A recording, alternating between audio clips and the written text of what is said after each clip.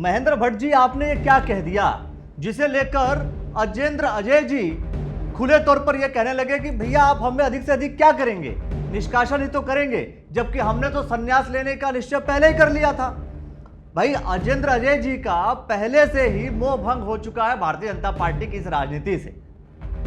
क्या अब यह भी मान लिया जाए कि 27 का चुनाव होने से पहले लोगों के अंदर जो कलह थी, जो अभी तक अंदर थी, भारतीय जनता पार्टी के लोग कहा करते थे कि कांग्रेस के अंदर अंतः कलह है, लेकिन भारतीय जनता पार्टी के अंदर जो अंतः कलह है, अंदर का जो कलह है वो बाहर आने लगा है। जिस तरीके से सोशल मीडिया पे चारों तरफ ही चल रहा है, अजेंद्र अजय जी ने जो लिखा वो सुनने लायक है कि आखिर क्यों उनका मोह भंग हो गया, क्यों वो संन्यास लेना चाहते हैं। इसके बाद हम आपको कहानी बताते हैं कि आज किस कंडीशन में उन्होंने ये कह दिया कि आपराधिक प्रवृत्ति का व्यक्ति, प्रवक्ता मुझे कुछ कह रहा है। आखिर कौन है वो आपराधिक प्रवृत्ति का प्रवक्ता, प्रदेश प्रवक्ता? यह भी अपने आप में बड़ा सवाल है। क्या भारतीय जनता पार्टी का प्रदेश प्रवक्ता कोई आपराधिक प्रवृत्ति का है? मतलब अभी तक तो कहानी खुद के संन्यास लेने की थी, लेकिन ऐसे बयानों से कहीं भारतीय जनता पार्टी के अन्य नेता भी संन्यास लेने पर विवश न हो जाए, 27 का चुनाव कहीं दूर न हो जाए, 27 का चुनाव इतना कठिन न हो जाए कि भारतीय जनता पार्टी सोचती रह जाए कि हम कब, कैसे और किस तरीके से 27 के चुनाव में विजय हासिल करेंगे। सुनिए अजेंद्र अजय जी ने सबसे पहले 12 मार्च को उन्होंने अपने सोशल मीडिया पे क्या लिखा था कि उत्तराखंड में वर्तमान में जिस प्रकार का राजनीतिक परिदृश्य देखने को मिल रहा है, उससे राजनीति के प्रति मोह भंग सा होता जा रहा है। मोदी जी ने कहा था कि तीसरा दशक उत्तराखंड का होगा। नरेंद्र मोदी जी, तीसरा दशक ऐसा होगा हम जैसे कार्यकर्ताओं और देवभूमि की जनता ने कभी कल्पना भी नहीं की थी। छात्र जीवन से राष्ट्रवाद और सनातन के प्रति अगाध आस्था, विश्वास और समर्पण के कारण कई बार कई आरोप भी झेले। इन आरोपों से कभी व्यथित नहीं हुआ। व्यथित होने की परिस्थितियां तब उत्पन्न हो रही हैं जब हम विपरीत कार्यों के साथ दिखाई पड़ रहे हैं और उनके प्रति हमारा मौन समर्थन प्रकट हो रहा है। ऐसी परिस्थितियों में राजनीतिक जीवन से संन्यास लेने के अतिरिक्त कोई अन्य विकल्प दिखाई नहीं पड़ता है।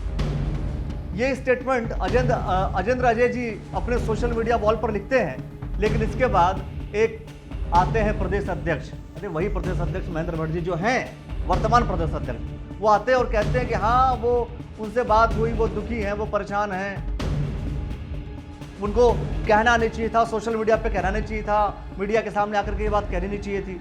लेकिन आखिर प्रदेश अध्यक्ष जी जो खुद कह रहे हैं, उन्हें कौन समझाए कि ये बात भी मीडिया के सामने आकर के नहीं कहनी चाहिए थी?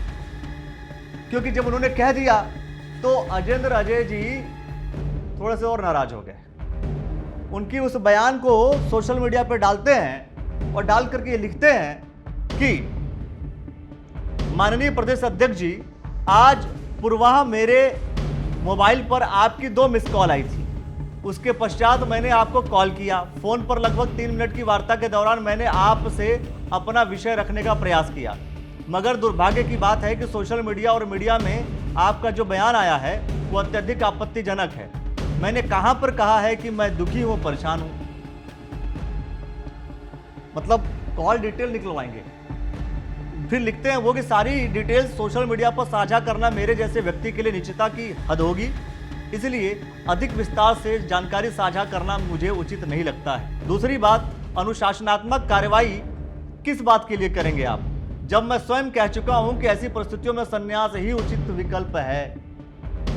बात तो सही है। जो आदमी खुद संन्यास लेने को विवश है मैं कह रहा हूं, संन्यास लेने पर, वो भी जब मोदी जी ये कह रहे हैं कि तीसरा दशक उत्तराखंड का होगा, उस अवस्था में एक भाजपा कार्यकर्ता ये कह रहा हो कि मुझे राजनीति से संन्यास लेने की आवश्यकता है, संन्यास लेना पड़ रहा है, संन्यास लेने की स्थिति आ गई है। सोचिए वो व्यक्ति कितना दुखी होगा, एक बात। दूसरी बात, प्रदेश अध्यक्ष जी आकर के जो बयानबाजी कर रहे हैं, इसके बाद वो व्यक्ति साफ तौर पर कह रहा है कि जब हम संन्यास लेने को सोच चुके हैं, फिर आप बीच में अनुशासनात्मक कार्रवाई कौन सा करेंगे, निष्कासन वाली प्रक्रिया क्या निभा के क्या करेंगे जब मुझे राजनीति छोड़ी देनी है। तो क्या सवाल यह है कि ये सारी परिस्थितियां तय कर रही हैं कि 27 में तमाम जगहों पे जो चुनाव होंगे वो भारतीय जनता पार्टी के लिए काफी कठिन होने वाले हैं। क्या वास्तव में भारतीय जनता पार्टी के लोग अपने ही कार्यकर्ताओं को संभाल नहीं पा रहे हैं? जो बात पहले कांग्रेस के लिए की जाती थी, क्या वही घटनाक्रम पूरा भारतीय जनता पार्टी के लिए दिखाई दे रहा है? फिर इसके बाद एक और पोस्ट आती है अजेंद्र अजय जी की। इसके बाद तो मान लो तहलका ही मच जाता है। तहलका इसलिए क्योंकि उन्होंने आखिरी पंक्ति में लिखा होता है कि आश्चर्य की बात है कि एक आपराधिक छवि का भाजपा प्रवक्ता आज किसी चैनल पर मुझे ज्ञान और उपदेश देता दिखा।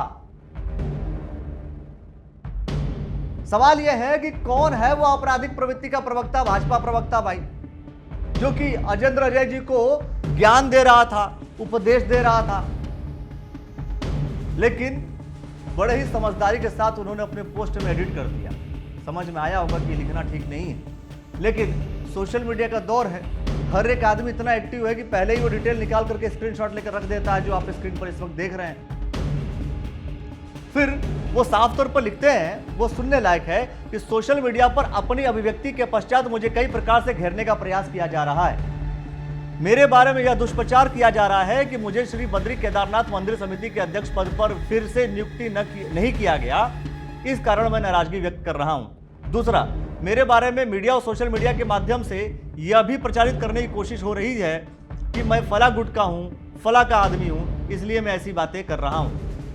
यह भी कहा जा रहा है कि कोई पद पाने की लालसा में मेरे द्वारा ऐसी पोस्ट की जा रही है। पद की लालसा जैसी बातें फैलाने वाले सब जानते हैं कि मैंने बिना पद के भी कितने वर्षों तक पार्टी का कार्य किया है। मेरी किन विषयों को लेकर नाराजगी है वो मैं भाजपा प्रदेश अध्यक्ष महेंद्र भट्ट जी के अलावा अन्य स्तरों पर भी व्यक्त कर चुका हूं। जिन विषयों को मेरे द्वारा उठाया गया है वो मेरे व्यक्तिगत नहीं है, सार्वजनिक महत्व के हैं। उन सब विषयों को भी कुछ दस्तावेजों से प्राप्त होने के पश्चात सार्वजनिक करूंगा। आश्चर्य की बात यह है कि एक आपराधिक छवि का भाजपा प्रवक्ता आज किसी चैनल पर मुझे ज्ञान और उपदेश देता दिखा। हालांकि यह पोस्ट करने के बाद उन्होंने कुछ तब्दीली की अपने पोस्ट में, और सबसे लास्ट वाला पॉइंट, भाजपा प्रवक्ता को कोसने वाला पॉइंट उन्होंने हटा दिया। लेकिन साफ तौर पर यह तो स्पष्ट तौर पर दिख रहा है कि अजेंद्र अजय जी खुले तौर पर भारतीय जनता पार्टी के खिलाफ हो गए। अब तो कांग्रेस के लोग भी हो सकता है इस बात को लेकर के स्वागत करें कि अजेंद्र अजय जी साहब, आप एक काम कीजिए, अब आप आ जाइए कांग्रेस में। चुनाव से ठीक पहले जो परिस्थितियां उत्पन्न होने वाली हैं, क्या ये परिस्थितियां भाजपा के पक्ष में होंगी या भाजपा के विपक्ष में, या कांग्रेस के पक्ष में पूरी तरीके से चली जाएंगी? क्योंकि मैं फिर से कह रहा हूं, 2022 का चुनाव जब भी आप चर्चा करेंगे तो कांग्रेस हारी क्यों थी, उसमें एक चीज निकल कर आती है, एक बात निकल करके आती है, वह है अंतःकलह। वो अंतर्कलह जो शायद बाहर नहीं आती, या अंदरूनी तौर पर साफ साफ बाहर रिजल्ट्स उसके परिणाम नहीं आते, तो शायद कांग्रेस पार्टी की सरकार। इस पे कई बार कई लोगों ने चर्चाएं की हैं, हरीश रावत जी ने इस पे वक्तव्य दिया और तमाम नेताओं ने वक्तव्य इस पे दिया है। लेकिन क्या जिस तरीके से अजेंद्र अजय जी महेंद्र भट्ट जी के खिलाफ और महेंद्र भट्ट जी अजय जी के खिलाफ लगातार बोल रहे हैं, क्या इससे भारतीय जनता पार्टी की सरकार 2027 में आ जाएगी? ऐसे तमाम भारतीय जनता पार्टी के नेता होंगे जो कहीं ना कहीं नाराज होंगे, किसी कार्यशैली से नाराज होंगे, किसी व्यक्ति से किसी वजह से नाराज होंगे, या यह भी नाराजगी होगी कि भारतीय जनता पार्टी के कार्यकर्ताओं के साथ वो सम्मान, भारतीय जनता पार्टी के कार्यकर्ताओं को वो सम्मान नहीं मिल रहा जो मिलना चाहिए। तो ऐसी नाराजगी में भारतीय जनता पार्टी के वो कार्यकर्ता क्या दिल से काम करेंगे भारतीय जनता पार्टी के लिए, या वो छोड़ देंगे, मुक्त कर देंगे, कहेंगे ठीक है जो होता है वो होने दो? और ऐसी अवस्था में 27 में सरकार कैसे बनाएंगी, कैसे बनाएगी भारतीय जनता पार्टी? ऐसे कंडीशन में, ऐसी परिस्थिति में क्या 2027 में सच में महेंद्र भट्ट जी की अगुवाई में 27 में चुनाव भारतीय जनता पार्टी जीत जाएगी? देखना बड़ा दिलचस्प होगा। हर एक मुद्दे को, हर एक मसले को हम आपके सामने लेकर के आएंगे और आप देखते रहिएगा द न्यूज़ वाला नेटवर्क। बहुत बहुत शुक्रिया, बहुत बहुत धन्यवाद।